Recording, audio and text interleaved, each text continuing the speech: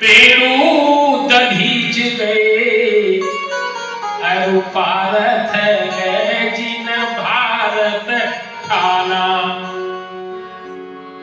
बाली महाबलशाली गए जिनकी कखरी 10 शीस समाना। और सुन लीजिए, जंग जुरे दुर्योधन गए जिन 56 कोस पितान है ताना। माने यहां से लेकर के गोरखपुर से आगे तक का अगर कोई तंबू लगवाया था तो केवल दुर्योधन ने लगवाया था। जंग जुरे दुर्योधन गए जिन 56 कोस पितान है ताना। तो धरा का प्रमाण ही है तुलसी, क्या जो खरा सो झरा जो जरा सो बुताना। इसके बाद भी अहंकार, माने इसके बाद कि हमसे बढ़िया कोई नहीं है, हमसे अधिक धन किसी के पास नहीं है, हमने बहुत बनवा लिया, लेके जाएंगे। धनानि भूमो पशवस् गोष्ठे और स्त्री गृहद्वार जना श्मशाने। तो देहे स्थितायाम परलोक मार्गे अधर्मानुगच्छत् जीव एक। पता नहीं क्या क्या लोग लगाते हैं आजकल सामान्य शरीर पर, जानते हैं? त्रेता युग में एक खूब बन ठन करके आई थी, खूब बन ठन करके। सुपन खा रामन के बहिनी सुपन खा रामन के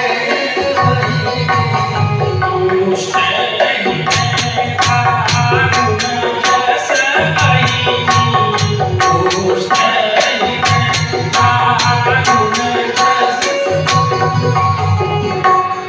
भगवान के सामने बन करके आई थी। वो थी नहीं, सुंदर थी नहीं, लेकिन सुंदर बन करके आई थी। आजकल की स्थिति यही है, चेहरे की सुंदरता गायब है, चेहरे पे कोई तेज नहीं है, कोई कांति नहीं है, लेकिन विवाह के पहले ब्यूटी पार्लर में जाते हैं बनने के लिए। तो लोग कहते हैं भैया का बनत हुआ, का बनत हुआ। अरे भगवान ने जो बनाया है ना, भगवान को कभी आपने धन्यवाद दिया? अंतिमा जो है एक कप चाय ले जाएंगे तो शर्मा जी कहते हैं धन्यवाद, और उसको बहुत बुरा लगता है कि आप धन्यवाद कहे करते हैं, हमारा तो काम है सेवा करने का। आप जब धन्यवाद कर दिए तो हमारी सेवा सब बेकार होगी। जब जो पारितोषिक मिल गया उसका, तब तो सारी सेवा बेकार हो गई। इसलिए वो कहती महाराज जी हमको धन्यवाद मत कहा करिए, आशीर्वाद। क्या बात है? तो क्या आशीर्वाद अगर हम देंगे ना तो यही देंगे, क्या देंगे? सास सास ससुर गुरु सेवा करे हूँ, सास ससुर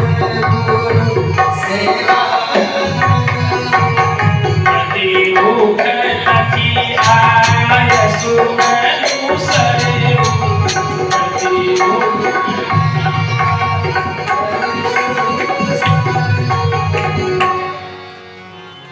हम तो यही आशीर्वाद देंगे कि आपका चिंतन सब कुछ करते हुए कहाँ होना चाहिए? भगवान के चरणों में गति होनी चाहिए। सब कुछ करिए। जैसे जानते हैं इसका एक बेटा है कान्हा, दिन भर घर में दौड़ती रहती है, कहीं ऐसा थोड़ी है कि स्मरण खाना का भूल गया है। ऐसे ही सब कुछ काम करते रहिए, लेकिन चिंतन कहां से लो कि हमारी डोरी कहां है, हमारी रस्सी किसके हाथ में है?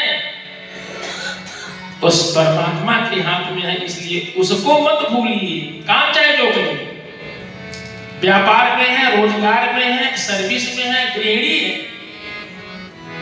अपना काम करते रहिए। लेकिन क्यों? क्योंकि वह भी हमारा एक दायित्व है, सास ससुर के प्रति दायित्व है, बच्चों के प्रति दायित्व है, पति के प्रति दायित्व है, पति है तो पत्नी के प्रति दायित्व है। लेकिन सारे दायित्व को पूरा करते हुए कैसे रहिए? जैसे जल में कमल रहता है, कमल के ऊपर जल का कोई प्रभाव नहीं पड़ता, दूसरा कोई भी पौधा डाल देंगे वो सड़ जाएगा, लेकिन कमल का पौधा की जो पत्तियां होती हैं, पंखुड़ियां होती हैं, फूल होते हैं, उसके ऊपर जल का कोई प्रभाव नहीं पड़ता। संसार में रहिए आप, लेकिन संसार का बन करके मत रहिए। संसार में तो रहना ही पड़ेगा। क्यों? देहे स्थिमान सुरुधिरे विमतिं त्यजन्त्वा जाया सुता विसुसदा ममता विमुच्य पश्येमि संजगरिदं क्षणभंगुनिष्ठ वैराग्य राग रसिको भव भक्ति निष्ठ। जिस पर खूब क्रीम लगा रहे हैं ना साजन, कुछ माने कथा में आते हैं तो बाल स्प्रे सेंट लगा करके बढ़िया से, अच्छी बात, अच्छी बात, क्योंकि शरीर का श्रृंगार नहीं करेंगे ना तो भी अच्छा नहीं है। करिए, सब कुछ करिए, लेकिन परमात्मा को जिसने आपको पैदा किया है उसको मत भूलिए। बाकी किसी काम के लिए जो कोई मनाही नहीं, सब कुछ करते रहें संसार में रहते हुए भी, क्योंकि इस शरीर की जो सबसे बड़ी उपयोगिता है वो क्या है? देह धरे कर यह फल भाई भरी नाम बिहाई।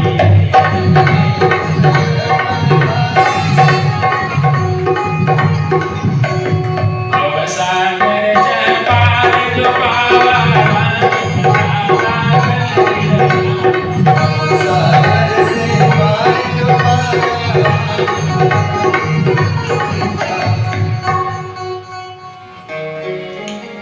इस शरीर की सबसे अधिक जो उपयोगिता है वह यही है, जहां इस समय आप बैठे।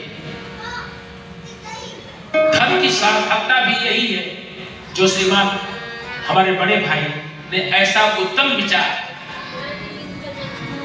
आपके मन में ऐसा संकल्प आया, ऐसा भाव आया कि हम भागवत सुनेंगे। भागवत का पारायण चल रहा है, बड़े अच्छे आचार्य, देखिए संपूर्णानंद संस्कृत विश्वविद्यालय से आप ज्योतिष शास्त्र के विद्वान हैं, कितना बढ़िया, ऐसा होना चाहिए। कहे बदे यह जो लिखा गया है, भगवान ने गीता में कहा, श्री कृष्ण ने अर्जुन से क्या कहा? यष्टारं दक्षिणाहीनं मंत्रहीनश्च ऋत्विजय। ब्राह्मण ऐसा नहीं होना चाहिए जिसको मंत्र नहीं आते, ऐसे ब्राह्मणों का चयन मत करिए। भले ही ब्राह्मण मुझसे नाराज है, मुझको जो कहने में कोई लपेट नहीं है। अन्नहीनम दहेदनाशनम मंत्रहीनश्च ऋत्विजय यष्टारं दक्षिणाहीनम नास्ति यज्ञ समो रिपु। यज्ञ के समान कोई शत्रु नहीं है, इसलिए यज्ञ में सावधानी पूर्वक व्यवस्था बनाइए। जो नहीं जानते हैं अपने यज्ञाचार्य से पूछिए, कहीं कोई त्रुटि नहीं होनी चाहिए। कहीं त्रुटि हो जाएगी तो जानते हैं उस यज्ञ का फल कौन ले जाता है? जानते नहीं? जिस यज्ञ में त्रुटि हो जाती है, आप पूजा पाठ को करते हैं, आपको फल नहीं मिलता, वो फल कौन लेता है? दैत्यों का राजा महाराज बलि ले जाते हैं। आज कथा उनकी आने वाली है, तो भैया जानिए। जब नहीं जानेंगे ना, जाने बिनु न होई परतीति, होई नहीं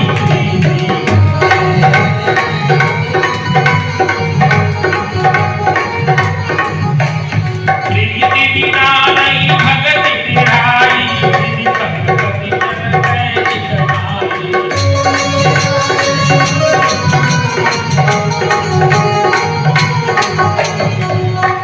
तो सारी पूजा व्यर्थ हो जाएगी आपकी। यह यज्ञ जो हो रहा है आपका, यह एक सत्य है, यह एक अनुष्ठान है, इसमें कहीं से कोई त्रुटि नहीं होनी चाहिए। जो फल आपको मिलना चाहिए, त्रुटि हो जाने पर वही फल दैत्यों का राजा बलि ने जो लेके चला जाएगा, जो कि पाताल लोक का राजा है। ये आप समझ जाइए। इसलिए पूरी सावधानी के साथ कथा को सुनिए और जो भी वेद शास्त्र की मर्यादा है उसका पालन करिए। तो नहीं क्या हो जाएगा, झूठ ही लेना, झूठ ही देना, झूठ ही भोजन,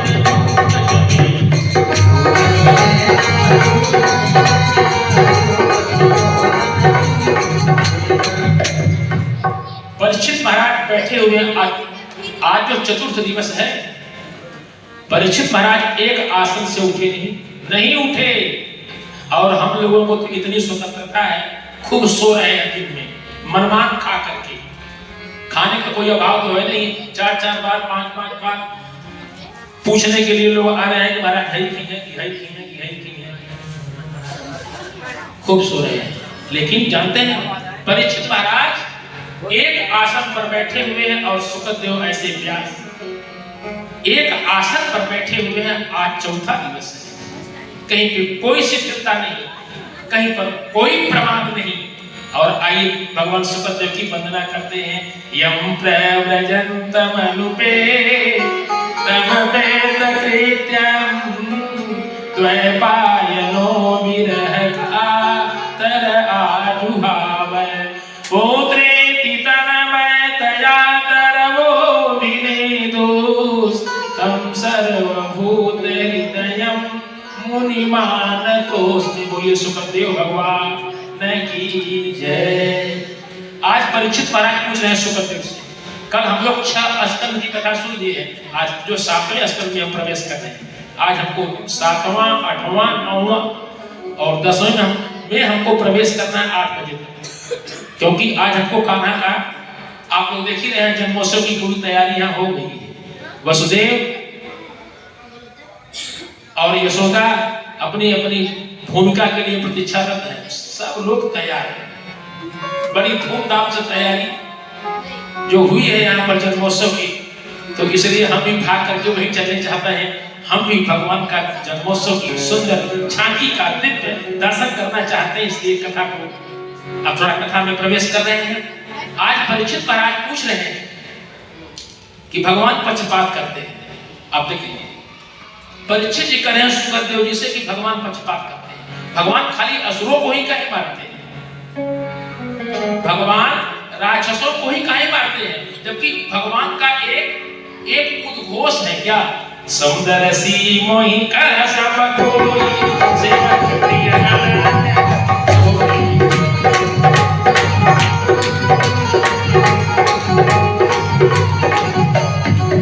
भगवान कहते हैं लोग मुझको समदर्शी कहते हैं कि हमारी दृष्टि सब पे बराबर है। लेकिन परीक्षित जी कह रहे हैं महाराज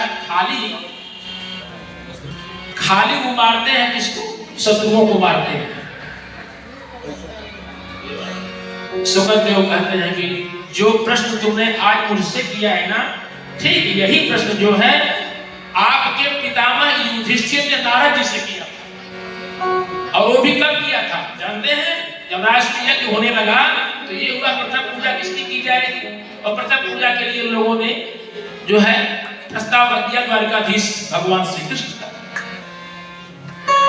सबकी तो सम्मति हो गई, सब लोगों ने अनुमोदन कर दिया उनके नाम का। लेकिन ठीक जो सगा उनके मौसी का लड़का, आप लोग जानते हैं शिशुपाल, जब वो पैदा हुआ था ना, उसके 4 हाथ, चतुर्भुज था। लेकिन उसको ये भी था जिसके गोदी में जाएगा और दोनों हाथ निकल जाएंगे, 2 ही हाथ बचेगा, ये उसी के द्वारा मारा भी जाएगा। भगवान श्री कृष्ण गए अपने मौसी के यहाँ, और मौसी जो है यह चाहती थी कि यह जल्दी से निर्णय हो जाए कि एक किसके हाथ से मारा जाएगा। तो जो भी घर पे जाता था गोदी में मौसी पकड़ा देती थी। तो भगवान कृष्ण भी गए तो मौसी ने शिशुपाल को लाकर के गोदी में दे दिया। दोनों हाथ जैसे ही भगवान श्री कृष्ण शिशुपाल की गोद मिले, दोनों हाथ साफ गिर पड़ी पांवों पर मौसी श्री कृष्ण के। लल्ला, ये तुम्हारा जो मौसेरा भाई है ना, ये तुम्हारे हाथ से ही मारा जाएगा। इसलिए मैं तुमसे प्रार्थना करती हूँ, उसको कभी मारना नहीं। भगवान ने अपनी मौसी को वचन दे दिया, 100 अपराध करे मगर करता क्षमा प्रदान, मैं छोड़ दूंगा। लेकिन जैसे ही 101 हो जाएगा ना, मैं छोड़ूंगा नहीं। और आज सुइया में यही हो गया। और जैसे ही 101 कहा कि तुम चोर हो, तुम्हारे माता पिता का पता नहीं है, तुम जो है चोरी करते हो, बड़ी गाली दिया। भगवान ने कहा सावधान हो जाओ। कहा अरे हम तुमसे सावधान हो गए, तुम ग्वाले हो, तुम लोग ग्वाले हो, तुम लोग उठने बैठने का तरीका नहीं मालूम है, हम तुमसे सावधान होंगे। जैसे ही 101 हुआ, भगवान ने चक्र सुदर्शन का स्मरण किया और गला काट दिया। लेकिन लोगों ने देखा, लोगों ने क्या देखा? उसकी जो जीवात्मा थी, उसका तेज पुंज जाकर के भगवान श्री कृष्ण में समाहित हो गया। इसी प्रश्न को पूछा कोई जो नारद जी से युधिष्ठिर ने कि आखिर में शिशुपाल तो भगवान श्री कृष्ण को बहुत गाली दिया और अंत में जाकर के उसकी शरणागति तो भगवान श्री कृष्ण में ही हो गई, आखिर में ये कैसे हो गया? तो जानते हैं क्या कहा नारद जी?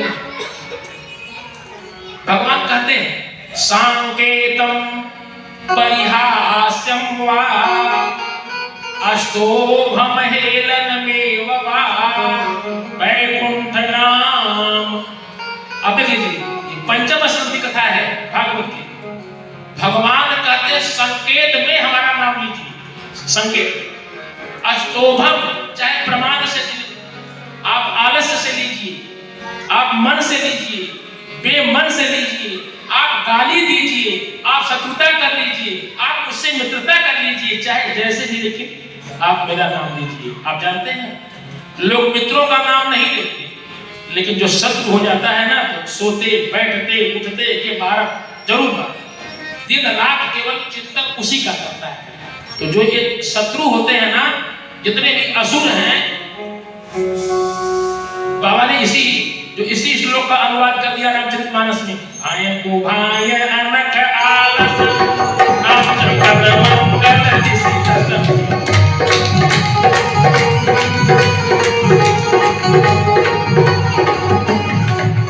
नारद जी ने कहा कि तुम क्या समझते हो कि काली जो है भगवान को संत भजते हैं, भगवान को असुर भजते हैं। जानते हैं चोर जब चोरी करने के लिए निकलता है ना, पहले जाता है मंदिर में कि भगवान आज हम जहां जा थिला, हमको सफलता मिल जानी चाहिए।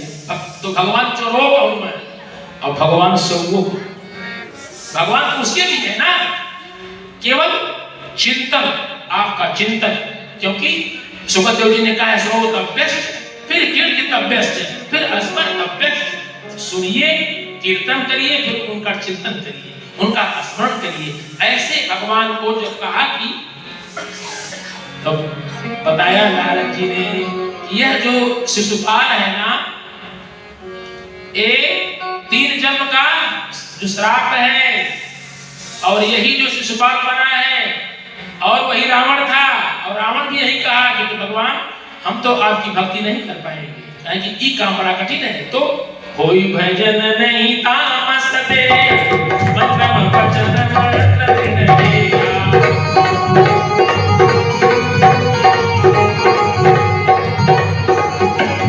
आओ मैं जाई रह करियो, प्रभु सरदे अवसार दरियो।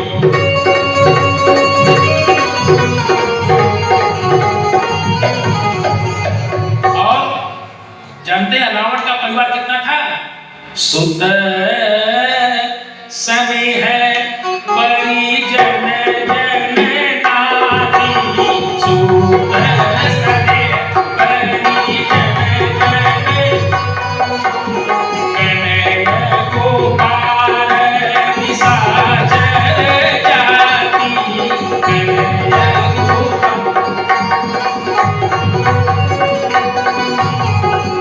उसका परिवार इतना बड़ा था कि गणय को पार माने गिनने मान के नहीं थे कितने थे राक्षस। लेकिन क्या रावण पहले चला आया? नहीं आया। रावण तो पहले सबको मरवा दिया, और इसके बाद अंतिम स्वयं आता है। और जब आता है ना, जासू चलत, रावण का सामान था का, जासू चलत डोलत इन धरनी। रावण जब चलता था ना तो ये पृथ्वी कांपती थी, और देवता लोग, जैसे देवताओं को पता चलता था कि रावण चल दिया है, तो रावण आवत सुने मुसकोहा, देवन तके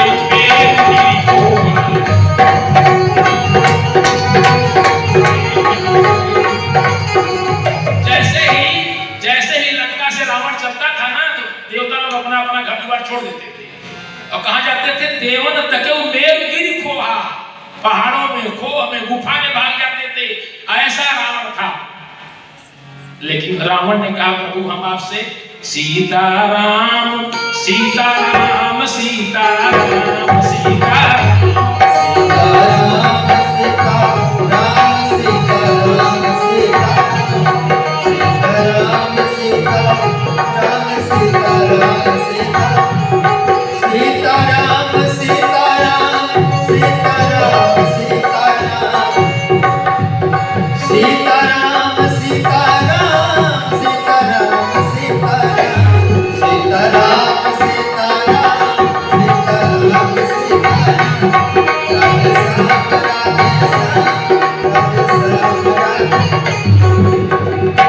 सुखदेव जी कहते हैं कि 12 लोग परम भागवत हैं, 12 लोग, प्रहलादो जनको भीष्मो बलिन व्यास कीर्वयम द्वादशेते बीजानिमो परम भागवतम घटा।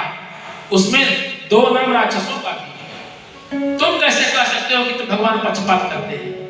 जो परम भागवत हैं उसमें 2 नाम राक्षसों का है, एक प्रहलाद और एक महाराज बलि का नाम। कहा अच्छा तो प्रभु अब हमको प्रहलाद की कथा सुनाइए। अब देखिए, अब हम पढ़ रहे हैं सप्तम स्कंद में। तब जो सुखदेव ने जो कहना आरंभ किया कि हिरण्यकश्यप और हिरण्याक्ष ये 2 भाई थे, और दोनों सामान्य नहीं थे, क्योंकि ये भगवान के पार्षद से जय और विजय नाम सब जान सब कोई, इनका नाम जय और विजय था। सनकादिक ऋषियों ने श्राप दिया था जिनके कारण ये राक्षस हो गए। और एक बार हिरण्याक्ष ने क्या किया कि पृथ्वी को चुरा लिया और चुरा करके लेके चला गया पाताल। तो भगवान ने जो वराह का रूप जो धारण करके और गदे से जो हिरण्याक्ष का वध करके पाताल लोक से पृथ्वी को ऊपर लेकर के आए और जल पर स्थापित किया।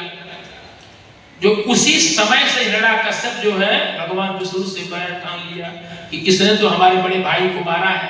अब वह चला गया तपस्या करने के लिए, और तपस्या जब किया ना ब्रह्मा की घोर तपस्या किया। और एक बात और सुन लीजिए, राक्षस लोग तपस्या बहुत करते हैं और बड़ी घनघोर तपस्या करते हैं। इसने क्या किया? जो अपने सिर को उल्टा कर दिया, पांव को जो है पांव को बांध दिया ऊपर और नीचे जो है अग्नि जला दिया। इतनी कठोर साधना किया। ब्रह्मा को आना पड़ा, ब्रह्मा से वरदान मांगता है कि हमारी मृत्यु न हो, हमको अमर कर दीजिए। ब्रह्मा ने कहा कि ये हमारे पास व्यवस्था नहीं है, मैं किसी को अमर नहीं कर सकता। जानते हैं काहे? कर्मणा जायते जंतु कर्मणेव विलीयते। जिनका जन्म हुआ उनको मरना जरूर है। इसलिए यह जान लीजिए है शाश्वत और सनातन सत्य है। और जो लोग आए हैं ना बिना काम के रहेंगे ही नहीं, चाहे बदमाशियां करें। अब जैसे जो कथा में कुछ लोग आ गए हैं, अब आ गए, हो सकता है भाई साहब के दबाव में आ गए हैं, या हो सकता है निमंत्रण दिए हैं आ गए हैं, या हो सकता है हमारी कथा अच्छी लगी हो तब आ गए हो। लेकिन सब आकर के कथा ही थोड़ी सुनते हैं। कुछ लोगों को तो कुछ और भी चाहिए ना कि अरे यार इनके पास जो जगह बहुत कम है, चाहले होते तो और अच्छे जगह, माने ये लोग भी कहते हैं, विचार करते हैं। तो कर्मणा जायते जंतु, जितने भी जीव आए हैं वो कुछ करेंगे जरूर, चाहे अच्छा करेंगे खराब। अरे नहीं खराब करेंगे तो अच्छा करेंगे, अच्छा करेंगे तो खराब करेंगे, लेकिन करेंगे जरूर। इसलिए मृत्यु तो निश्चित है, ब्रह्मा ने कहा नहीं। वरदान का तुम रूप बदल दो, क्योंकि मृत्यु तो निश्चित है। रांची बहुत चालाक भी होते हैं। शर्मा जी थोड़ा कथा पीछे है, हम थोड़ा सा आगे बढ़ाते हैं, इसके बाद फिर गीत होगा। थोड़ा कथा पीछे है, थोड़ा इसको ले चल रहे हैं। तो हिरण्यकश्यप ने कहा कि हमारी मृत्यु किसी से न हो। ब्रह्मा ने कहा नहीं, मृत्यु तो होगी, आप रूप बदल लो। तब कहा कि हमको न मनुष्य मार सके, न कोई पशु मार सके, और न हम दिन में मरे, न हम रात में मरे, न हम किसी अस्त्र से मरे, न हम शस्त्र से मरे। भगवान के द्वारा बनाए हुए 12 महीने में भी हम न मरे, न हम घर के बाहर मरे और न हम घर के भीतर मरे। अपने तरीके से वो पूरी तरह से ऐसा वरदान मांगा कि हमारी मृत्यु नहीं होगी। और ऐसा वरदान मांग करके वह जो है फिर आया, तो क्या किया, देवताओं पर आक्रमण कर दिया। देवता लोग भागे, देवता लोग अपना अपना स्थान छोड़ दिए। और इसके बाद उसकी पत्नी गर्भिणी थी। एक बार अवसर पाकर के देवराज इंद्र ने उसकी पत्नी का हरण कर लिया। उसकी पत्नी का हरण कर लिया। पत्नी का नाम कयाधु था, ये जम्भ की पुत्री थी कयाधु। और कयाधु के जो गर्भ में भक्त प्रहलाद का जो अंकुरण हो चुका था। जैसे ही देवराज इंद्र लेकर के जा रहे थे, तो बीच में कौन आ गए, श्रीमन नारायण नारायण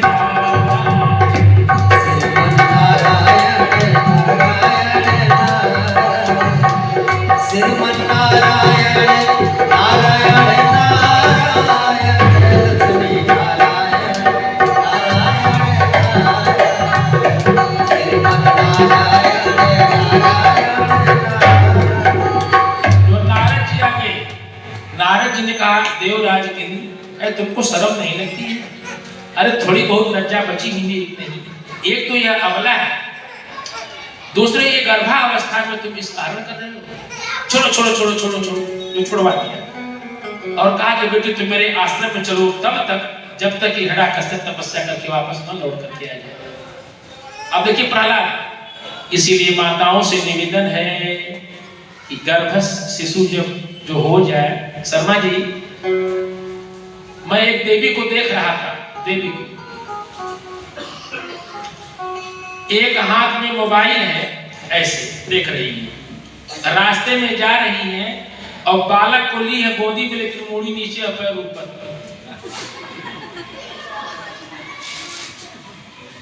जानते हैं ना, ये बालक भी कभी जवान होगा तो आप ऐसे नहीं रहेंगे, और फिर आपका ही मूड़ी नीचे और पैर ऊपर करेगा। बच्चों में संस्कार डालिए। अब जितने भी लोग महान हुए हैं ना, उनमें हमारी इन माताओं का योगदान है। अगर माताएं ठीक ठाक हो जाए ना, तो देश, समाज और राष्ट्र, परिवार की दिशा बदल सकती है। लेकिन बड़ा दुख है, जैसे ही गर्भस्थ शिशु आ जाए ना, भगवान से प्रार्थना करिए, बड़ा अच्छा समय होता है। क्योंकि प्रत्येक माता यह चाहती है मातृत्व सुख हमको मिले। तो क्या करिए आप, पारायण करिए, रामचरितमानस का पाठ करिए, भागवत का पाठ करिए, हनुमान चालीसा का पाठ करिए, सुंदरकांड का पाठ करिए। तब बच्चे के अंदर वह संस्कार। अब 12-12 बजे रात तक मोबाइल चलता है, और जैसे ही बच्चा जब बाहर निकलता है, साल भर का हो गया, मोबाइल के पीछे बच्चा दौड़ता है। बच्चा जो है मोबाइल के पीछे दौड़ता है, और जब वो रोता है तो घर वाले कहते हैं मोबाइल पकड़ा लीजिए। और बाद में वही बच्चा जब दौड़ता है मोबाइल लेके, तो कहते हैं कि आदत खराब हो गई इसकी। आदत किसने खराब किया? आदत आपने खराब किया। इसीलिए पुत्रवती, वह माता ही अपने को पुत्रवान समझे। कौन सी माता? बाबा ने किसी की चापलूसी नहीं किया, तब साफ साफ लिख दिया। आज चाहे खुश हो चाहे नाराज हो।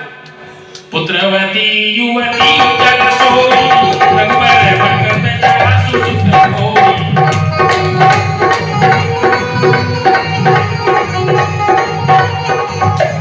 नत रूपा झभरी बाई,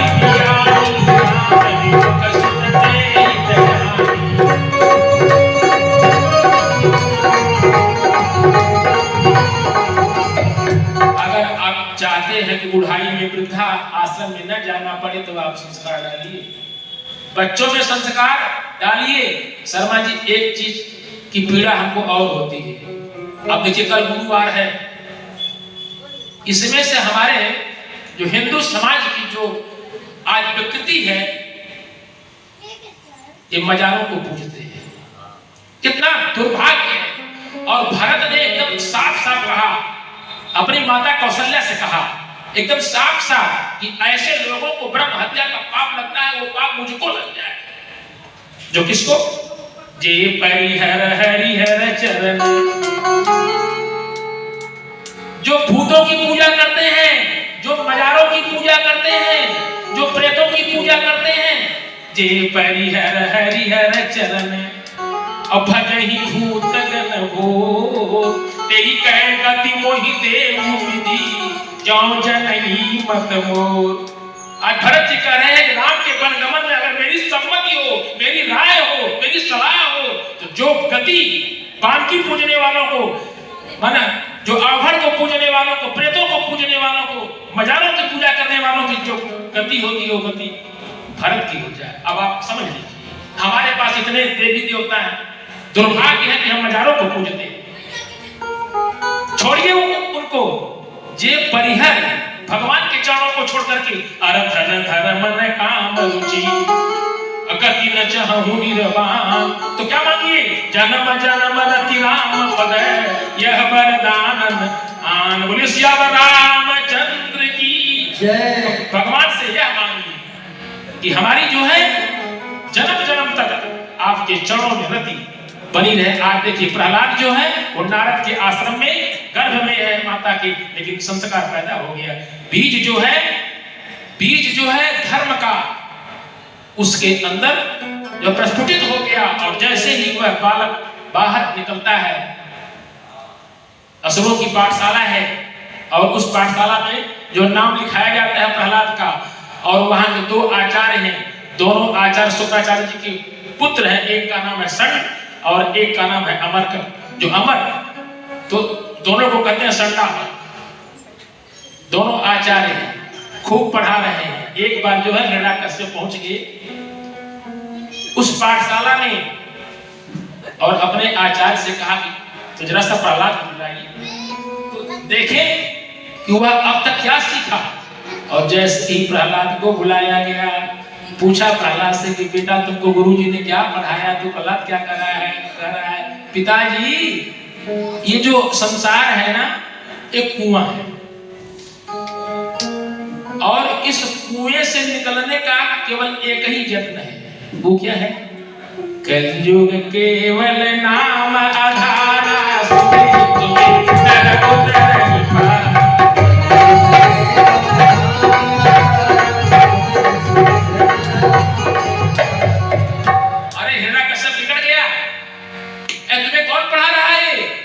तुम राम नाम का बात कर रहे हो, कौन पढ़ा रहा है? तुम नहीं जानते हो भगवान मैं हूं। अब दोनों आचार्य थर-थर कांपने लगे कि आज ये हमको नहीं छोड़ेगा। आचार्यों को बुलाया कि हमारे बच्चों क्या पढ़ा रहे हो? हमारे बच्चे को तुम पढ़ा रहे हो कि ये नाम विष्णु का ले, जो हमारा शत्रु है।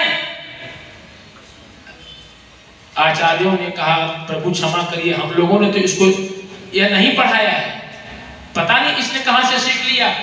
15 दिन के बाद एक बार जो है आचार्य जी बाजार चले गए कुछ सामान लेने के लिए, और प्रहलाद ने असुरों के बच्चों को इकट्ठा किया, कहा कि तुम लोग काहे डरते हो, तुम लोग कीर्तन करो। और वो कीर्तन शुरू करा दिया, हे कृष्ण गोविंद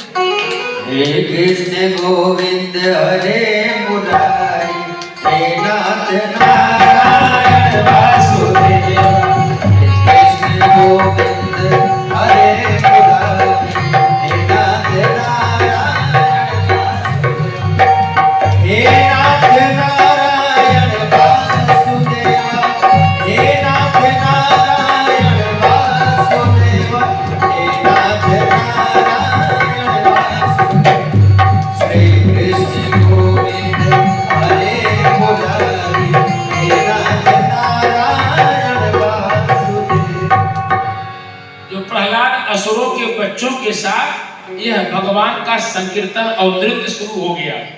जो पहरेदार थे पाठशाला के, जैसे ही वो आकर के देखते कि यहाँ तो संक्रामक बीमारी फैल गई, कोरोना वाली।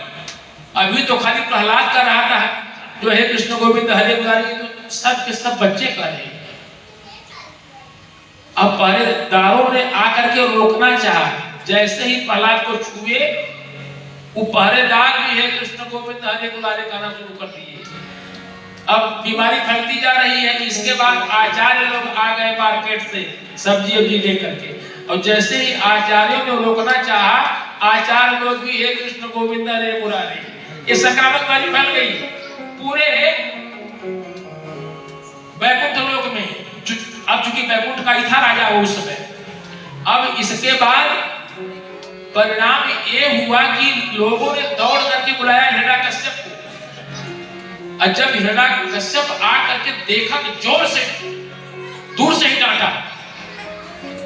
सारे बच्चे शांत हो गए। अब सारे बच्चे जो है देख रहे हैं किसकी ओर, प्रहलाद की ओर, कि तुम ही कहे थे नाचने के लिए, अब तुम्हारा पिता आ गया जवाब दो। लेकिन प्रहलाद तो हंस रहे हैं, सारे बच्चे रो रहे हैं, सारे बच्चे कांप रहे हैं, पहरेदार गुरु लोग कांप रहे हैं, लेकिन प्रहलाद तो हंस रहे हैं, क्योंकि प्रहलाद को विश्वास किस पर है? प्रहलाद को अपने प्रभु पर विश्वास है, और बिनु विश्वास भगति नहीं, और ही बिनु द्रवई राम। मैं बार बार कहता हूँ, मंत्रे तीर्थे द्विजे देवे देवज्ञे भी सजो गुरो, यादिसी भावना तस्य तादिसिर सिद्धिर भवे। अगर विश्वास नहीं है तो कोई भी फल आपको मिलने वाला नहीं है। बिनु विश्वास भगति नहीं, और तहि बिनु द्रवहि राम। भगवान भी प्रसन्न नहीं होते हैं, इसलिए आज प्रहलाद को विश्वास है कि ये मेरा पिता मेरा कुछ भी नहीं कर सकता। अब पकड़ लिया गया प्रहलाद को, बुलाया गया सेवकों को, इसको ले जाओ, पहाड़ के ऊपर से गिराओ, जल में डुबाओ, अग्नि में जलाने का प्रयास किया गया। होलिका उसकी जो बहन थी, उसको वरदान था कि अग्नि से वो प्रभावित नहीं होती, लेकिन होलिका जल गई। और प्रहलाद है कृष्ण गोविंद हरे मुरारे, हे नाथ नारायण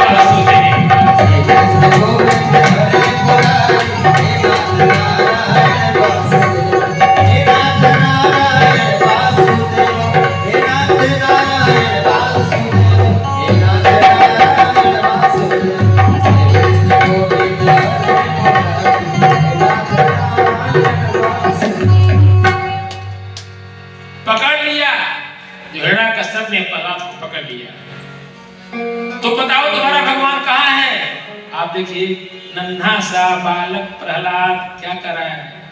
आप बताओ पिताजी हमारा भगवान कहाँ नहीं है? अब आप बताइए कहाँ नहीं है? कहाँ है? उसको विश्वास है क्या? हरि व्यापक सर्वत्र समाना, हरि व्यापक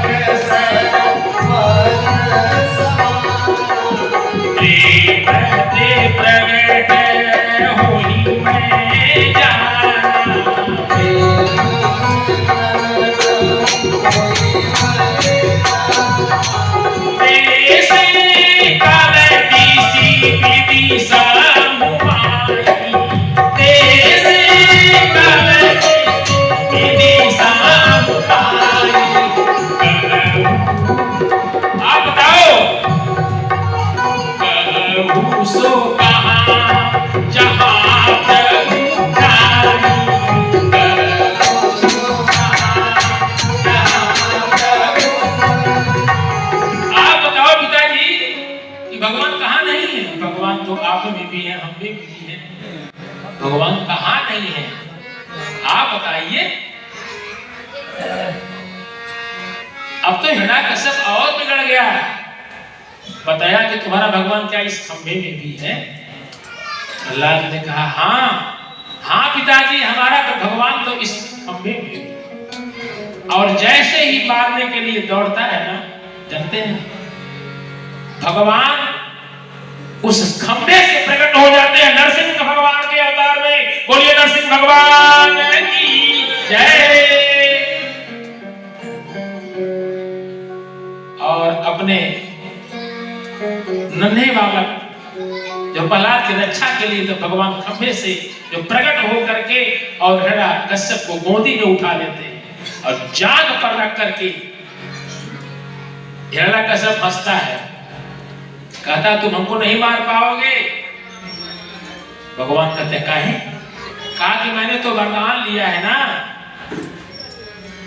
कि न मैं घर के बाहर मरूं और मैं घर के भीतर मरूं। भगवान ने कहा देखो तुम कहाँ हो, न तुम घर के बाहर हो न तुम घर के अंदर हो, मैं देहरी के मार रहा हूं। कहा तब भी नहीं मार सकते।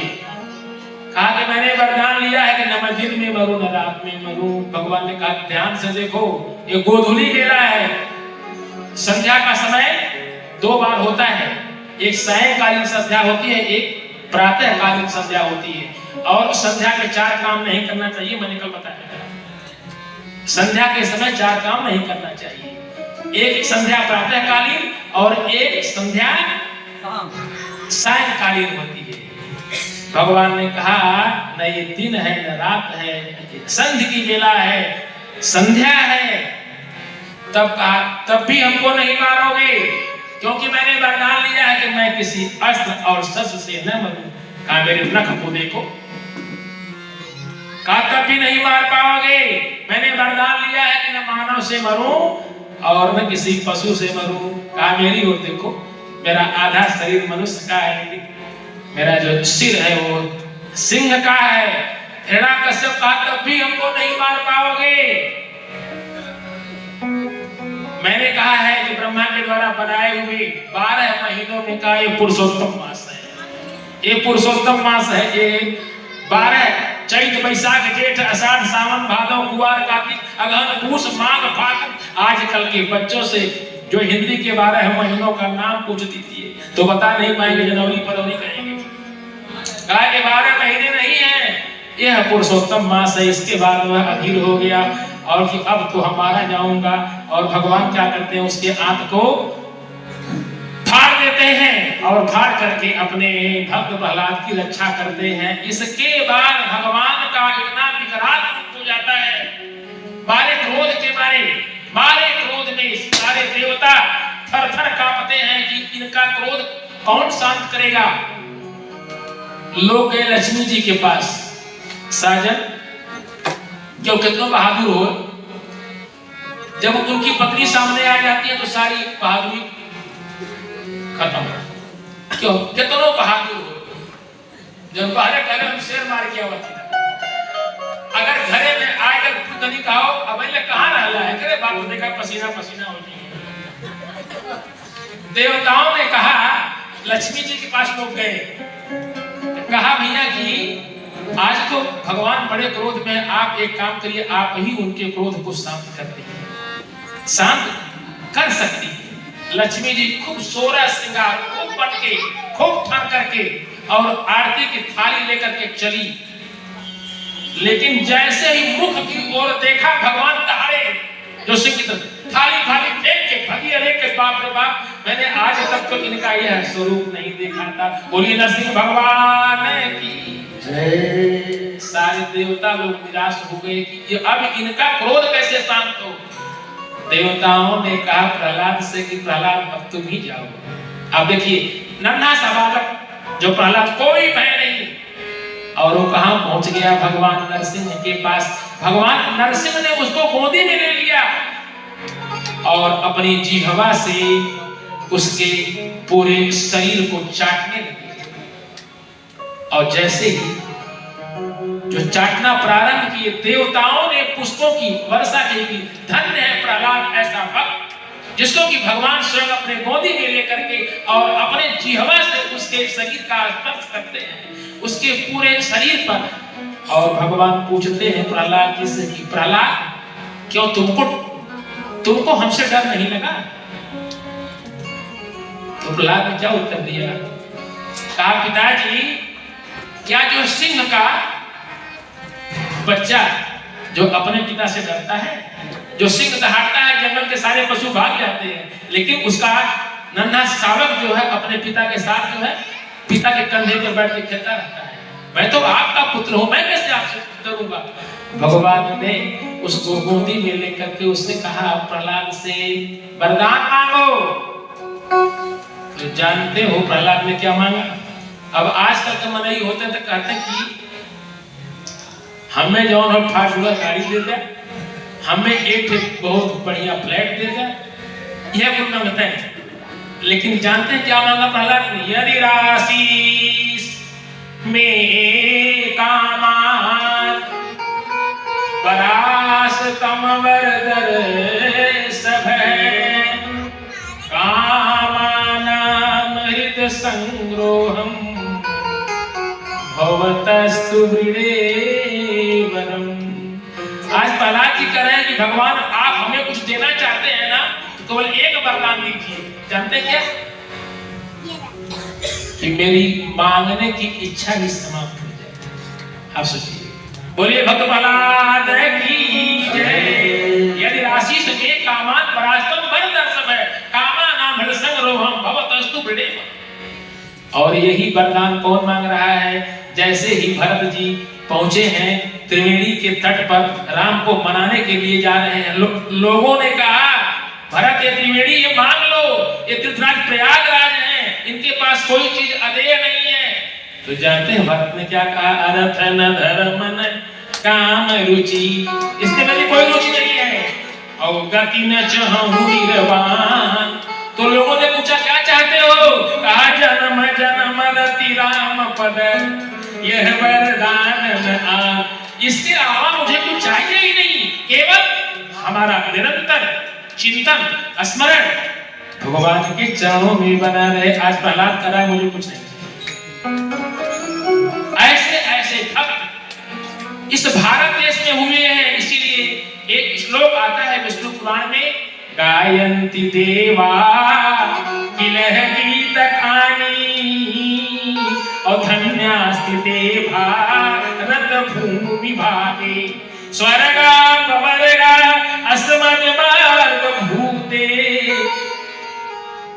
ये भारत भूमि में जो जन्म लेने के लिए देवता लोग भी तरसते हैं। जानते हैं जो देवलोक है ना वह भोग की भूमि है।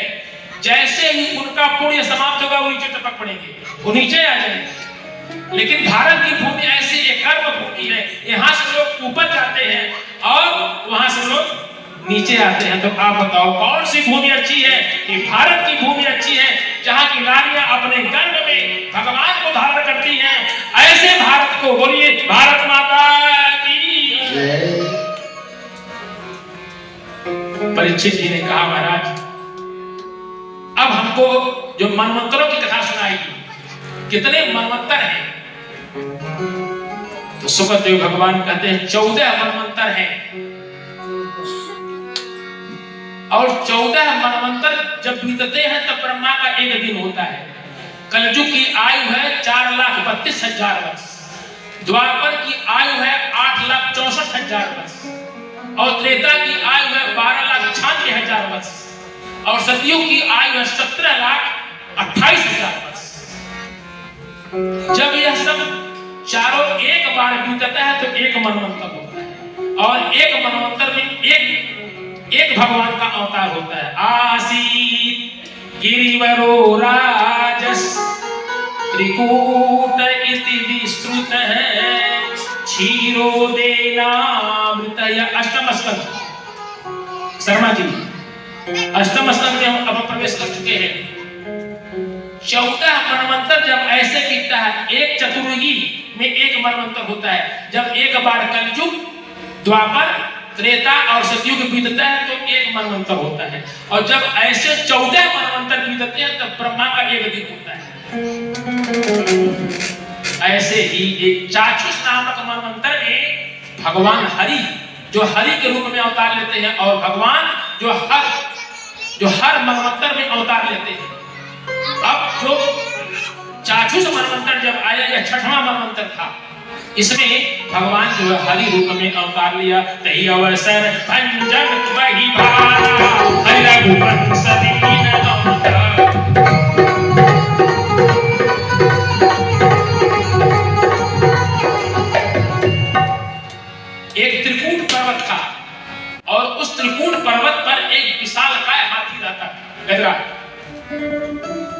उसके पास 100 रानियां थी, 100 रानियां थी। एक बार सरोवर में स्नान करने के लिए गया, अपनी पत्नियों के साथ, अपने पुत्रों के साथ वो जल क्रीड़ा कर रहा था और उसी जल में सरोवर में एक मगर रह रहा था। ये सब खेलते खेलते क्या किए कि पानी को मटमैला कर दिया और मगर को बड़ा बुरा लगा, जो मगरमच्छ रह रहा था। इसने हाथी का पांव पकड़ लिया, लेकिन इसके पास 10,000 हाथी का बल था। इसको जो है आरंभ में तो ये लगा कि कोई छोटा मोटा जीव पड़ रहा है, कुछ नहीं होगा, लेकिन क्या देख रहा है कि कुछ समय बीतने के बाद कालांतर में उस जीव की पकड़ इस पर बढ़ती जा रही है और धीरे धीरे जो है मगर हाथी को जो जहां पे अगाध जलराशि है वहां खींच करके ले जा रहा है। गजराज ने अपनी पत्नियों को पुकारा, अरे तुम लोग कहां हो, मेरी रक्षा करो। सारी पत्नियां, सारे बच्चे अब जो हाथी को बाहर खींचने लगे और मगर कहां खींच रहा है, पानी में। इस तरह जानते हैं, इस तरह 100 वर्ष लग गया, 100 वर्ष लग गया। पहले बच्चे भागे, ये बुढ़ऊ बचने वाले नहीं है, इसलिए भगो यहां से। पहले बच्चे भागे। ध्यान से सुनिए कथा, कौन कौन साथ छोड़ेगा। इसके बाद पत्नियां भगी। अब गजराज कह रहा है कि अरे तुम लोगों को इसी दिन के लिए मैंने पाला है। तो लोगों ने कहा, उनकी पत्नियों और बच्चों ने कहा कि तू मरत हुआ था, तोरे संगे पूरा परिवार है मरे, अब तो अपन देखा बन जाता। मैंने कल कहा था ना दोहावली में, दीर्घ रोगी दारिदी कटु बचलो लुक लो, यद्यपि प्राण समान तबहु छानत लो। बहुत दिन की बीमारी अच्छी नहीं है। भगवान से, भगवान के मंदिर में जाते हैं ना, बेटवा बिटिया रुपया पैसा गाड़ी और बंगला जिन मांगे तो क्या मांगना, 2 चीज खाली मांगना, 2 चीज और जरूर मांगना। नंबर 1 पे अनायासेन मरणम। कल मुझसे अजय बता रहे थे कि मेरी माता जी जो शिव की भक्ता थी और अचानक मृत्यु हो गई। ऐसी मृत्यु को अच्छा कहा है। भगवान से प्रार्थना ऐसी ही करिए कि अभी चौराहे पर तो दिखाई पड़े थे, क्या हो गया, अनायासेन मरणम। और दूसरा क्या मांगिए, परासित जीवन न हो। पानी रखा है, मीठा रखा है, फल रखा है, अपने हाथ से नहीं ले सकते, फारिश मार ली है, हाथ पांव काम नहीं कर रहा है। ऐसा जीवन बेकार है। उससे तो बढ़िया है कि तुरंत शरीर छूट जाए, लेकिन जब बहुत बना करके आए होंगे तब नहीं। तो दीर्घ रोगी दारिदी कटुबच लोलुप लोग, ऐसे लोगों को कोई नहीं पूछता। बहुत दिन तक बीमार होके घर में पड़े रहेंगे ना, तो घर वाले मानेंगे सुबह शाम कि हे भगवान कैसो बुढ़वा। अब बुढ़वा का कहता हो, अब पोता पोती के बियाह हो जाए तब हम जा कि अब बैठ जाए। घरे वाले मनावत हो कितना जल्दी निकल जाए। ऐसा हो कि हर बांस लड़ा यार बुढ़ऊ बैठ जाए। आप सोचिए, आज गजराज को आभास हो गया कि मैं तो काल्पनिक दुनिया में जी रहा था, यथार्थ यही। और अंत में क्या होता है, जब कोई साथ नहीं देता है तो क्या होता है, भगवान की शरणागति हो जाती है। तब आदमी भगवान के शरण में जाता है। और भगवान ने क्या कहा है, एक बार केवल मुझसे कह दिया कि प्रभु मैं आपके शरण में। एक बार, बार बार कहने की आवश्यकता नहीं है। और यहाँ तो नहीं तो बहुत खास मित्र हो, तो बहुत खास मित्र हो शर्मा जी। जैसे 500 रुपया मांग है यार, 500 रुपया दे, तब बहुत सख्त काम आएगा। क्या कहेंगे, अरे यार 500 ना 1000 वाला मेरे पास अब है, अब इन्हें दे दे। वो बहाना करेगा कि 500 में हम 1000 तो है दे देंगे, लेकिन एक दिन क्या दे रही है, वो झूठ बोल रहा है। अगर वो आपका मित्र है ना, चाहे जहां से लाके देगा, कहे जिन मित्र दुख होई दुखारी तिने बालक पारे।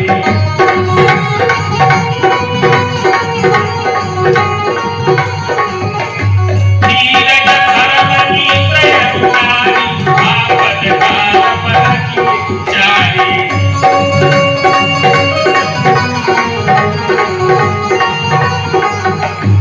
चार लोगों की परीक्षा विपद काल में होती है।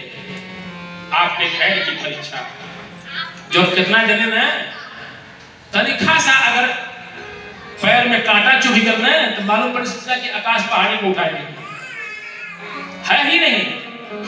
और धर्मो रक्षक रक्षित है। धर्म पर अगर आप रहेंगे तो धर्म ही आपकी रक्षा करेगा। धीरज धर्म और एक बाद मित्र का नंबर आता है और चौथा नंबर नारी का है। मान ला जेले में जा तो पुलिस खड़ा है लेके समझा कि तुम्हें जेले में लेके जा, लेकिन मान ला वही में कोनो घुसखोर हो कहते कि अगर हमें जो एक खान गहना जो कोनो देगा तो छोड़ दे। अब मेहरारू से कहना ना अगर पत्नी से कि एक थान तू वापस गहना दे दे तो हम छूट जाओ। कहिए हमारा पापा बनोले हम तू बनोले मैं तुम्हें दे दे तो जा जेले में द्वार बाद में जमानत हो जाएगी। धीरज धर्म मित्र नारी, आपत काल परखिए चारी। आज जो है गजराज अकेला हो गया और तब भगवान के शरण हो गया। तब भगवान का तो यह वचन ही है, सकृदेव प्रपन्नाय। वाल्मीकि रामायण सुंदरकांड। सकृदेव प्रपन्नाय त्वास्मीति च याचते अभयं सर्वभूतेभ्यो ददामि एतत् व्रतं मम। ये तो मेरा व्रत है, ये तो मेरा नियम है, ये तो मेरी प्रतिज्ञा है कि केवल एक बार कोई आकर के मन से कह दे कि प्रभु हम आपकी शरण में हैं। अब गजराज यही कर रहा है। जब सारे नाते और रिश्ते खत्म हो जाते हैं ना तो व्यक्ति कहाँ जाता है? हे गोविंद हे गोपाल हम तो जीवन हारे। हे गोविंद हे गोपाल अब तो जीवन हारे। हे गोविंद हे गोपाल अब तो जीवन हारे। हे गोविंद हे गोपाल अब तो जीवन हारे।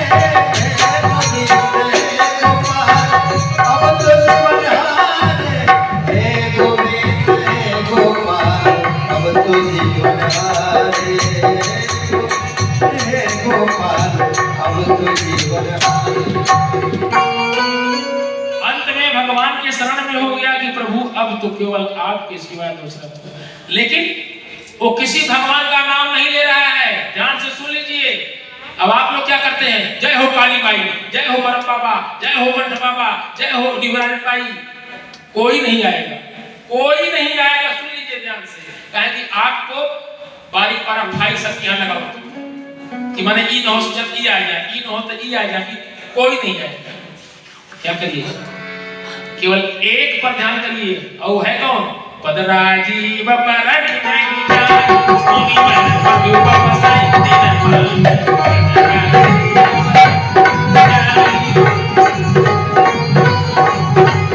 राजीव नयन धरे धनुषायक भगत प्रतिभंजन सुखदा।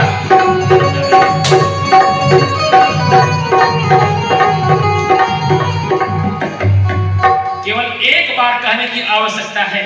सकृदेव प्रपन्नाय त्वास्मीति च याचते अभयं सर्वभूतेभ्यो ददामि एतद् व्रतं मम। ये भगवान का व्रत है, ये भगवान का संकल्प है। केवल एक बार कर दो। क्या?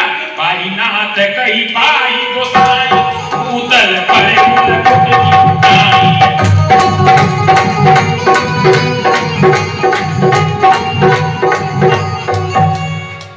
प्रभु हमारी रक्षा करिए, हम आपकी शरण में। जैसे ये कहा भगवान तो बस भगवान तो प्रतीक्षा कर रहे हैं, भगवान तो दरवाजे के बाहर खड़े हैं, लेकिन आपको भगवान के ऊपर विश्वास नहीं है, कोई निष्ठा नहीं है, श्रद्धा नहीं है, समर्पण नहीं है, इसलिए भगवान नहीं आते हैं। आपको तो विश्वास है अपने चाचा पर, चाची पर, बुआ पर, जितने संबंध हैं, संबंधों पर ए आएंगे जैसे द्रौपदी को था। कोई आया क्या? कोई नहीं आया। ऐसे ही जैसे ही गजराज ने अंत में भगवान की शरणागति ली, सुई के नोक के बराबर केवल सूंड पानी के बाहर रह गया था। भगवान दौड़ पड़े, गरुड़ छोड़कर नंगे पांव पधारे। छोड़ दिए गरुड़ को। गरुड़ से कहा तुम्हारे साथ जाने में विलंब हो जाएगा, आप सोच लीजिए। और आए हैं तो गजराज ने क्या किया? सरोवर में कमल था, कमल का एक पुष्प तोड़ा और उसी जो पुष्प को लेकर के भगवान की स्तुति करा। व्याधस्य चरणम ध्रुवस्य च वयो औ विद्या गजेन्द्रस्य का। आप बताओ गजराज किस यूनिवर्सिटी में पढ़ा था, किस कॉलेज में पढ़ा था, किस महाविद्यालय में पढ़ा था, लेकिन भगवान तो केवल भाव देखते हैं। और आकर के पहले भगवान किसको मारते हैं? पहले मारते हैं ग्राह को। परीक्षित ने पूछा कि प्रभु भगवान ने तो पहले ग्राह का उद्धार क्यों किया? पहले तो गजराज का उद्धार करना चाहिए था ना। जानते हैं भगवान ने क्या कहा? कल जो हम लोग कथा सुने थे वृत्तासुर की, उसने क्या कहा था? अहम हरे तव पादे कमूलम दासानुदासो भवतास्मि भूयः मनः स्मरेतासु पतिरे गुणांसते गृणीत वाक् कर्म करोतु काय। बिजली का तार जो पकड़ता है ना, पहले लाइन उसको नहीं मारती है। पकड़ने वाले को कोई पकड़ ले तो पहले वो मर जाएगा। पकड़ने वाले को कोई पकड़ ले तो पहले हो जाएगा, बाद में हो जाएगा। भगवान ने कहा, सुखदेव ने कहा परीक्षित से कि जो भगवान के भक्त का पांव पकड़ ले उसका उद्धार होने में विलंब नहीं है। चाहे कोई संत हो, कोई महात्मा हो, कोई सन्यासी हो, कोई तपस्वी हो, कोई आचार्य हो, गुरु हो, जो भगवान का शरणागत हो गया है, अगर उस भक्त का कोई पांव पकड़ ले तो पहले उद्धार उसका हो। इसीलिए कहा कि तो पहले तो मैंने जो ग्रह का उद्धार किया और इसके बाद स्वतः मुक्त हो गया गजराज। परीक्षित ने पूछा कि आखिर में इन दोनों का इतना सुंदर भाव कैसे बना? उसने स्तुति किया तो भगवान ने कहा कि जो ये ग्राह था ना, ये हुहु नाम का गंधर्व था। हुहु हा हा होता है ना, ये गंधर्व है। ये हुहु नाम का गंधर्व था। एक बार देवल ऋषि जो है सरोवर में स्नान कर रहे थे, तो ये बारे मजाक में पानी के अंदर डूब करके उनका पांव पकड़ लिया। जब पांव पकड़ लिया तो महात्मा ठारे, महात्मा कोई बेचारे मारे डर के मारे कि अरे पांव कौन पकड़ रहा है, कहीं से मगर तो नहीं पकड़ लिया क्या? और जब जो है डरे तो ये हंसने लगा। देवल ऋषि ने श्राप दे दिया। देवल ऋषि ने श्राप दे दिया कि तुमको पांव पकड़ने की बड़ी शौक है, तुम मगर हो जाओ। तब ये कहा महाराज हम तो हुहु नाम के गंधर्व हैं, हमारा अपराध क्षमा करिए। तो देवल ऋषि ने कहा इसी तरह से पांव पकड़ते रहो, कभी किसी भक्त का पांव हाथ में आ जाएगा, मुख में आ जाएगा तो तुम्हारा उद्धार हो जाएगा। जीवान वक्त्री भगवद गुण नाम धेयम चेतश्चन स्मरत् तच्चरणारविंदम कृष्णाय नो नमति यच्छिरे कदापि तानानयध्वमतसो कृतविष्णु कृतान। देवल ऋषि ने कहा इसी तरह से पांव पकड़ते रहो, कभी न कभी उद्धार हो जाएगा। आज उद्धार हो गया। परीक्षित ने पूछा ये हाथी कौन था? आया इंद्रदुम्न नाम का एक राजा था और अगस्त ऋषि जो है इसके सामने से गुजरे और यह न उठा न उनकी ओर देखा और न प्रणाम किया। अगस्त ऋषि ने श्राप दे दिया कि तुम हाथी हो जाओ। बोलिए सियावर रामचंद्र की जय। परीक्षित ने कहा प्रभु अब हमें आप ये बताएं कि मैंने सुना था कि देवताओं में और असुरों में बार बार युद्ध होता था, कभी देवता हार जाते थे और कभी असुर हार जाते थे, तो जरा सा इनकी कथा पर प्रकाश डालिए। सुखदेव जी तो कहते हैं कि एक बार की बात है, दुर्वासा ऋषि पहुंचे इंद्रलोक पर और इंद्र की सभा में पहुंचने के बाद जब इंद्र ने सम्मान किया, उठ करके प्रणाम किया, तो दुर्वासा जी ने अपने गले की माला इंद्र को दे दिया। तो इंद्र ने क्या किया, उस माला का अपमान किया। एक बात समझ लीजिए कि जो संत के जो गले की माला हो, तो किसी महात्मा के गले की माला हो, उसका अपमान मत करिए। इंद्र ने क्या किया, इंद्र ने भूल कर दिया। इंद्र जो है, दुर्वासा ऋषि ने अपने गले की माला इंद्र को पहनाया और इंद्र ने क्या किया, जो ऐरावत हाथी को पहना दिया।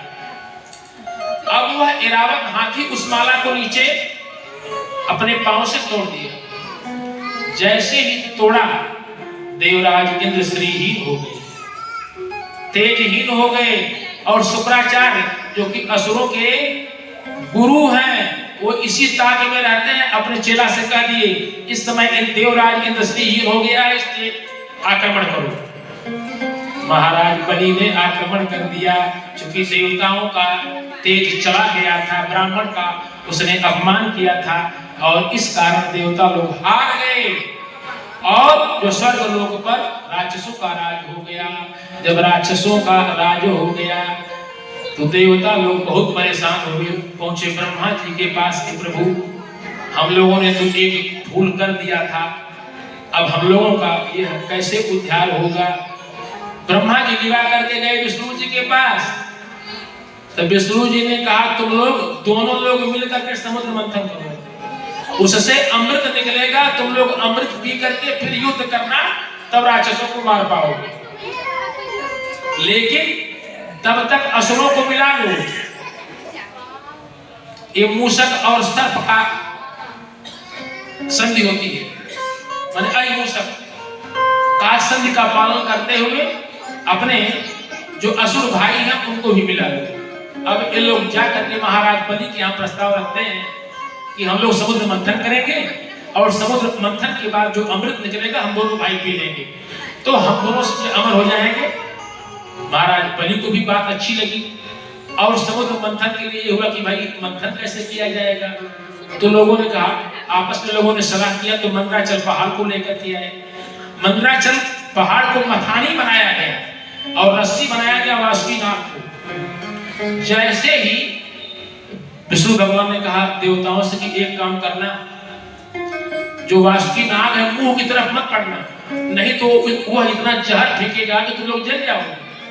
तो तुम लोग एक काम करना, तुम लोग असुरों के सामने पहले ही प्रस्ताव रखना कि हम लोग देवता हैं, हम लोग पूछ नहीं पकड़ेंगे, ऐसी सब उल्टा चलेंगे। देवता लोग जाकर के कहे भाई देखिए मथानी तो बनेगी मंदराचल की, लेकिन जो रस्सी होगी वासुकीनाथ की, हम लोग चूंकि देवता आपसे बड़े हैं, हम लोग पूछ की ओर नहीं रहेंगे, हम लोग मुंह की ओर रहेंगे। राक्षसों को एक बात को कहा कि बाबा जिस पिता की संतान कश्यप की आप हैं, हम भी उन्हीं के संतान हैं, तो हम काहे पीछे रहेंगे, हम आगे रहेंगे।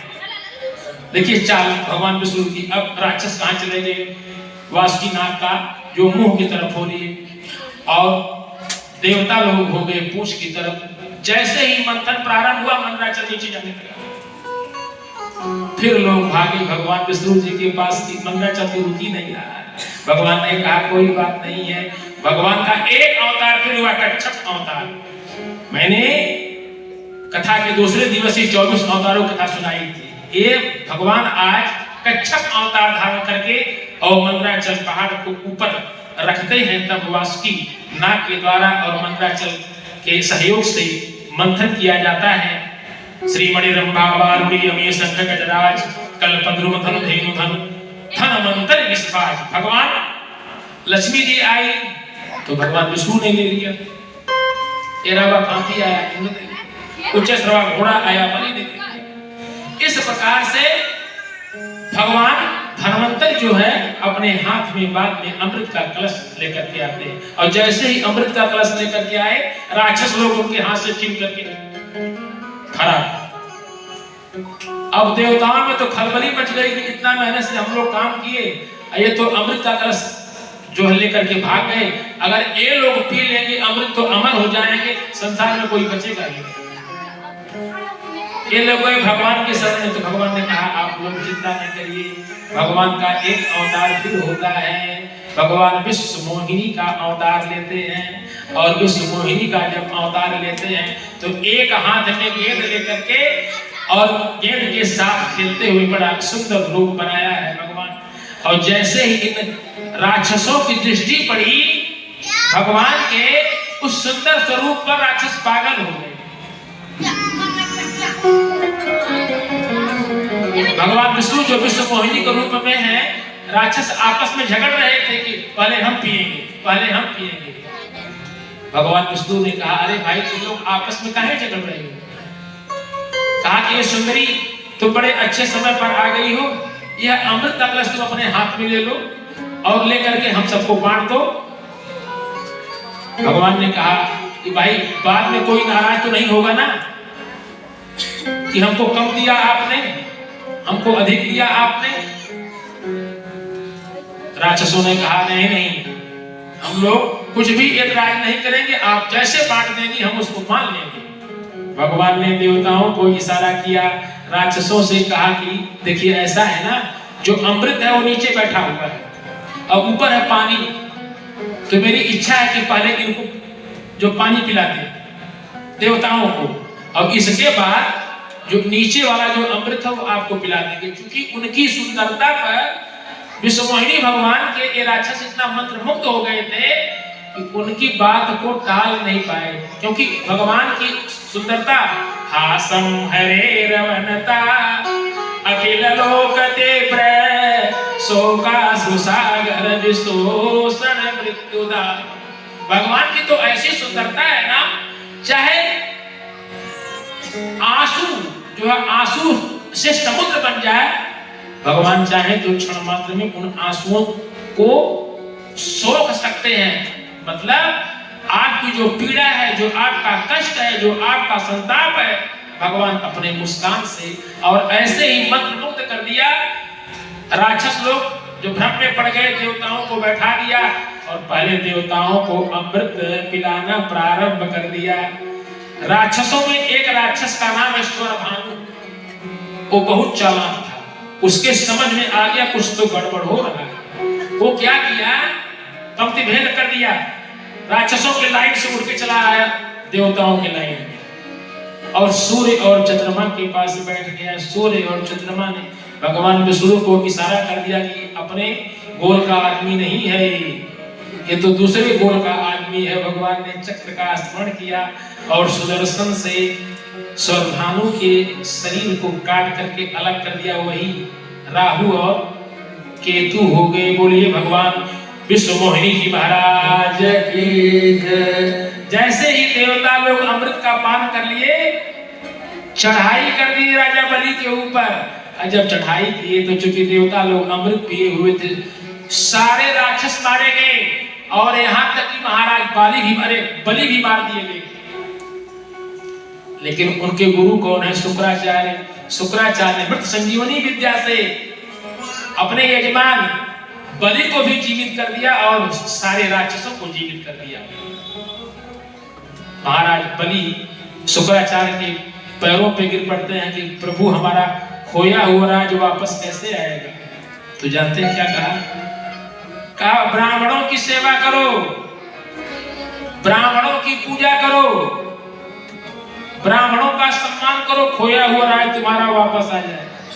अब तो ब्राह्मणों की चांदी हो गई, ब्राह्मणों को खूब मालपुआ कट रहा है, बुला बुला करके ब्राह्मण पकड़ करके बुलाए जा रहे हैं और राजा बलि के द्वारा सम्मानित किया जा रहे हैं। क्योंकि ब्राह्मण जो है, मैंने कहा था कि अग्नि और ब्राह्मण दोनों सगे भाई हैं। सुन लीजिए, अग्नि और ब्राह्मण, इसीलिए ठंडक के महीने में जो लोग आग तापते हैं ना तो पांव दिखाते हैं, अग्नि को पांव नहीं दिखाना चाहिए। और अग्नि को तापने के लिए आप जो भानुपीठ से यौर आगी, भानुपीठ से यौर आगी, ओ भजरवती त्यागी।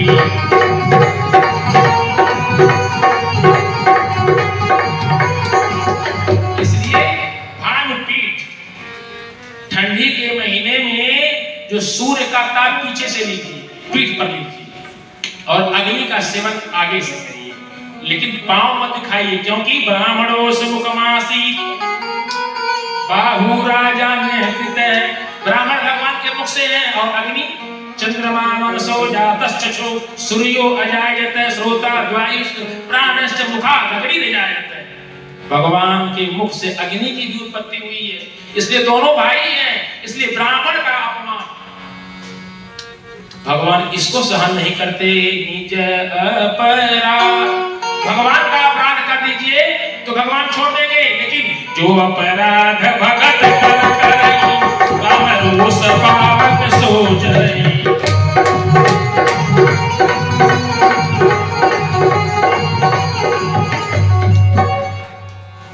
महाराज बलि ब्राह्मणों को बुला करके उनका खूब सम्मान करते थे, उनका यजन करते थे, पूजा पाठ करते थे। सारे ब्राह्मण मिलकर के एक तेजो पर रथ बनाए बलि के लिए, और कहा महाराज इस रथ पे आप सवार हो जाइए, और इस रथ पर आप बैठ जाइए, आपका गया हुआ राज वापस हो जाए। महाराज बलि उस रथ पे बैठ करके और देवलोक पर आक्रमण कर देते हैं, क्योंकि ब्राह्मणों का ऐसा प्रभाव है, ब्राह्मणों की ऐसी कृपा है। आप देख लीजिए, भगवान राम खुद कहते हैं, विप्रवंश के असर प्रभुताई, अभय होई जो तुम ही डेराई। परशुराम से कहते हैं कि मैं तो राजा हूं, मैं क्षत्रिय हूं, मेरे पास केवल एक गुण है, देव एक गुण धनुष हमारे, गुण देव एक।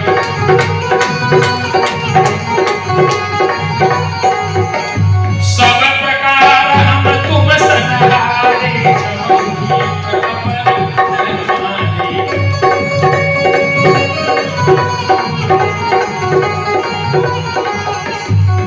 ब्राह्मण से हारने में कोई हानि नहीं। जानते हैं ब्राह्मण के पास 9 गुण होता है, जो महाराज मनु ने भी लिखा मनुस्मृति में, और गीता में भगवान श्री कृष्ण ने भी अर्जुन को उपदेश दिया, तो उसमें भी बताया कि ब्राह्मण के 9 गुण होते हैं। आज रामचंद्र भी परशुराम से कह रहे हैं कि मैं क्षत्रिय हूं, मेरे पास केवल एक गुण धनुष है, लेकिन आप ब्राह्मण हैं, आपके पास 9 गुण है, ऋजु, तपस्वी, संतोषी, क्षमाशीलो, जितेंद्रिय, दाता, सूरो, दयालुश्च। ब्राह्मण 9 गुण है। और गीता में करें समोदमस्तपः शौचम राजम, समोदमस्तपः शौचम शौचम आर्जवम। यह जो है 9 गुण है, और इसी 9 गुण के कारण जो है ब्राह्मण और वर्णों से ज्यादा है। लेकिन भैया आज का समय अब क्या बताएं, कल अभी यहाँ पे जो हो रहा था कि सभी लोग शाकाहारी हो जाए, लेकिन आज की समस्या ऐसी विकट हो गई है कि लहसुन प्याज जो छोड़े के है, पाती में बैठा के खियावल जा सकता है। ऐ पारे जी और ले, ऐ तिवारी और ले, दुबे और ले, खूब जोर जोर से कह जाता कि जोने से और लोग जान जाए कि पारे खाने। ऋजु तपस्वी संतोषी क्षमाशीलो जितेंद्रिय दाता सूरो दयालु से ब्राह्मण गुण समोतमस्तपः शौचम राजमा आर्जवम, और जितेंद्रिय है, इंद्रिय है। इस प्रकार से 9 गुण जो है ये ब्राह्मण में होता है। आज महाराज बलि को ब्राह्मणों के द्वारा प्रदत्त रथ पे सवार होकर के जब देवलोक पर आक्रमण करते हैं, देवता लोग जो पराजित हो जाते हैं। जब देवता लोग पराजित हो जाते हैं और इधर उधर भटक रहे हैं, तो देवताओं की माता कौन है? अदिति। अदिति दिति राक्षसों की माता है। अदिति जो है अपने पति कश्यप जी से कहती हैं कि आपके रहते हुए हमारे बेटे दर बदर भटक रहे हैं। तो कश्यप जी ने कहा कि काम तो आप ही को करना होगा, आपको एक व्रत करना है। माताएं ध्यान से सुने, उस व्रत का नाम है पयोव्रत। पयोव्रत फाल्गुन मास में होता है, शुक्ल पक्ष में, और यह व्रत होता है 12 दिन का। यह 12 दिन तक केवल दूध का आहार किया जाता है, और इस व्रत को करने से कोई भी मनोकामना है वो पूरी हो जाती है। आज कश्यप ऋषि कह रहे हैं अपनी पत्नी अदिति से कि अब आप जो है पयोव्रत का अनुष्ठान करिए। माता ने अनुष्ठान करना शुरू कर दिया, और जैसे ही अनुष्ठान किया, भगवान वामन के रूप में माता अदिति के गर्भ में उपस्थित हो जाते हैं और आ जाते हैं। भाद्रपद मास के शुक्ल पक्ष के द्वादशी तिथि को मध्याह्न में अभिजित मुहूर्त में भगवान वामन का अवतार होता है। बोलिए वामन भगवान की जय। यद तद बपुर भाति विभूषणायुधे व्यक्त चित्त व्यक्तं धारयत धरी बभूव तेनेव स वामनो वटु संपश्यतो दृश्य गतिर्यथा नट है। बोली वामन भगवान की जय। जैसे वामन भगवान का अवतार होता है, अदिति माता ने वामन भगवान को लंगोट पहनाया, कश्यप पिताजी ने मेखला पहनाई, और इसके बाद जो सरस्वती जी ने रुद्राक्ष की माला दिया, आकाश ने छाता दिया, जो पृथ्वी देवी ने पादुका दिया, और बृहस्पति भगवान ने यज्ञ उपवीत दिया और मंत्र की दीक्षा की। ब्राह्मण जो है, एक बात और सुन लीजिए, ब्राह्मण, क्षत्रिय और वैश्य ये तीनों द्विज होते हैं। ये तीनों द्विज हैं, और द्विज कैसे हो गए? यज्ञोपवीत संस्कार होने के बाद दूसरा जन्म होता है, और इसके बाद ब्रह्मा ने कमंडल दिया, और अन्नपूर्णा माता ने भिक्षा दिया। वह भिक्षा ले जाकर के देवगुरु बृहस्पति को देते हैं। बृहस्पति ने कहा यह भिक्षा हमको नहीं चाहिए, हमको भिक्षा में तीनों लोग चाहिए जो कि महाराज बलि के पास है।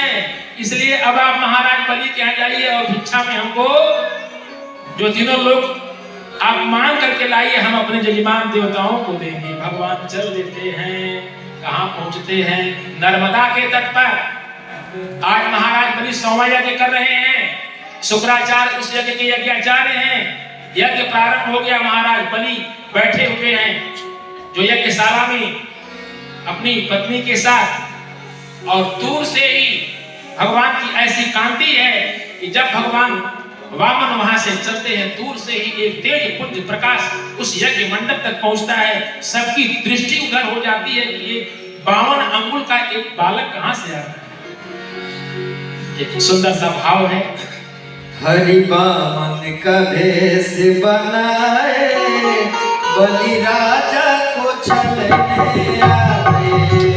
हरि वामन का भेष बनाए, बलि राजा को छलने आए।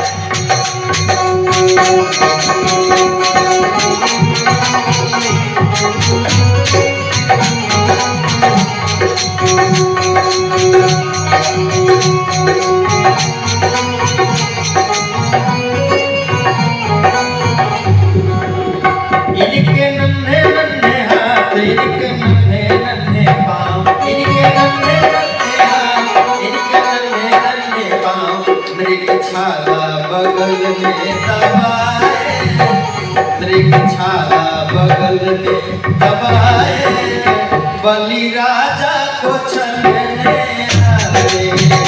हरि वामन का भेष बनाए, बलि राजा को छलने आए।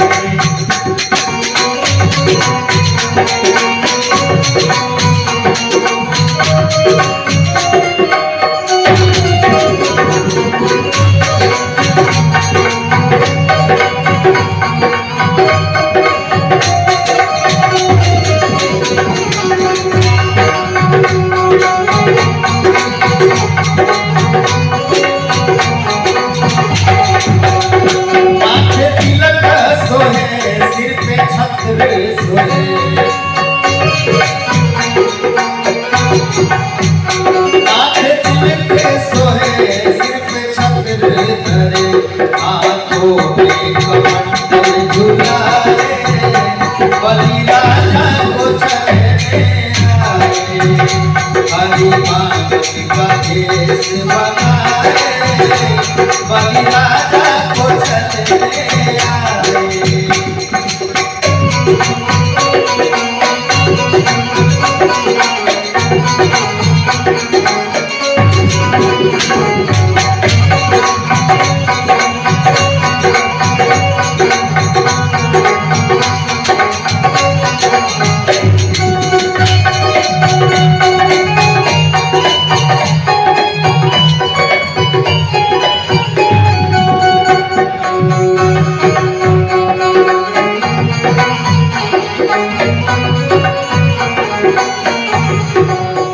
कांधे जनेऊ धरे सिर पे चोटी सोहे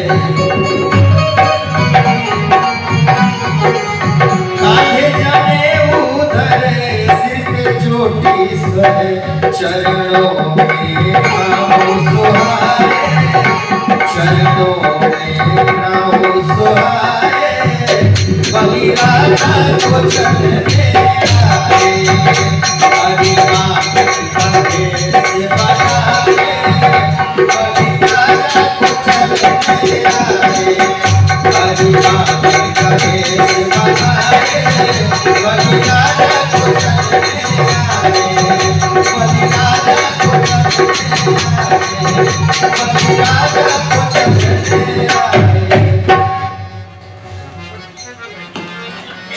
भगवान